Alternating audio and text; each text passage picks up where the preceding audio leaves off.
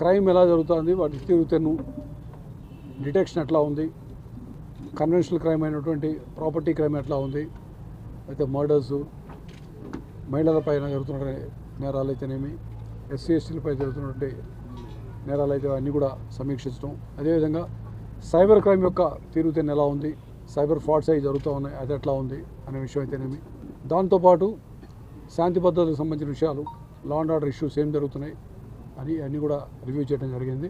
అదేవిధంగా ఈ మధ్య వరదల సందర్భంగా పోలీసు వాళ్ళు చేసినటువంటి సేవలు అయితేనేమి, యాక్చువల్గా కానీ చేసినటువంటి డ్రోన్స్ వినియోగం ఎలా ఉంది, ఇన్ని కూడా సమీక్షించడం జరిగింది. సైబర్ క్రైమ్ పెరుగుతున్న మాట వాస్తవం.